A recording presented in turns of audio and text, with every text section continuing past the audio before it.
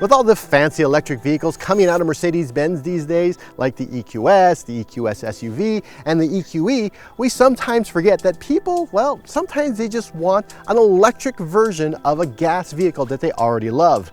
And for that, we have the EQB.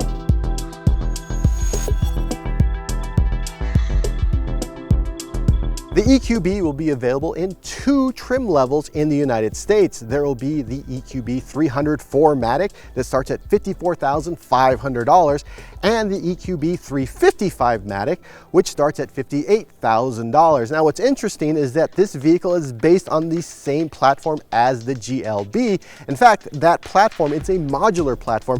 This architecture can house an EV like the EQB, or it can be a hybrid or just a pure gas vehicle.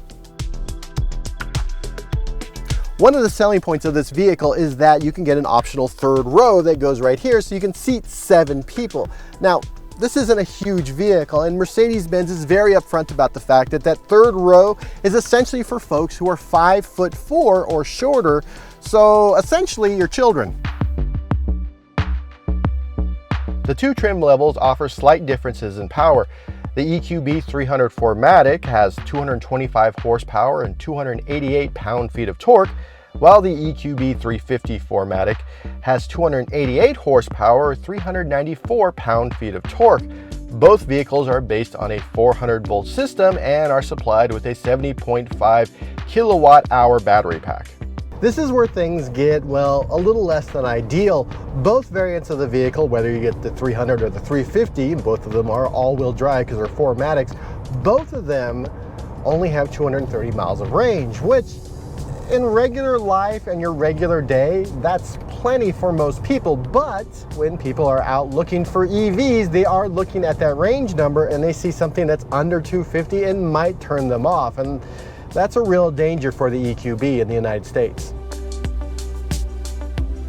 And that brings us to the architecture. Mercedes-Benz is still using a 400-volt architecture for its production EVs. The EQB, the DC fast charging, well, it only goes up to 100 kilowatts, while, let's say, the Ford Mach-E, it does 150 kilowatts, and the Tesla Model Y, well, it does 250 kilowatts.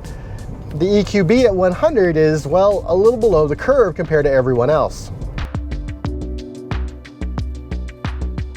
Around town though, especially if you're just going to plug this thing into your house at night, the EQB is a great little family SUV. For under $60,000, you're going to get a Mercedes SUV that's an EV that potentially could fit 7 people if 2 of them are, well, short or their children. Reality is you can get 5 people in here comfortably. It is a comfortable car, it drives nice, it feels very solid. I'm kind of a fan of this, and if you're a fan of the GLB, you're going to be a fan of this. It's just the GLB, but quieter. What's interesting is tech-wise, you get a bit of a mishmash. You get the newest version of MBUX, which includes the voice assistants, which you can start with Hey Mercedes, but you also still get the touchpad, which has gone away from some of the newer Mercedes-Benz. So if you're a fan of that touchpad, it's right there. If you're a fan of the Mercedes voice assistant and MBUX, it's there. You also get turn-by-turn augmented reality directions. So as you're driving, as you come to an intersection or a roundabout or whatever, a little arrow will pop up on top of a video of the world you're driving into. And of course, that is right here in the infotainment system. It's not in a head-up display, but it's still quite helpful because earlier I almost took the wrong turn and it told me, no, you don't do that. The EQB also comes with some smart navigation systems. For example, if you put in a charging station that you're navigating to, on the way to that charging station, the vehicle will precondition the battery. So when you get there, the battery is at the optimal temperature in order to charge, well, as quickly as possible, in this case, up to 100 kilowatts. It also has adaptive cruise control that is smarter because if, let's say you set your adaptive cruise control for 70 miles an hour and there's a corner coming up and that corner should really be taken at 50 miles an hour, the adaptive cruise control will slow the vehicle down to 50 miles an hour, go through that corner, and then speed back up to 70 miles an hour once you come out of it. Behind the wheel, the EQB it's a nice driving experience. It's not a speed machine. You're not going to be out running, Mach-E GTs or Model Y performances.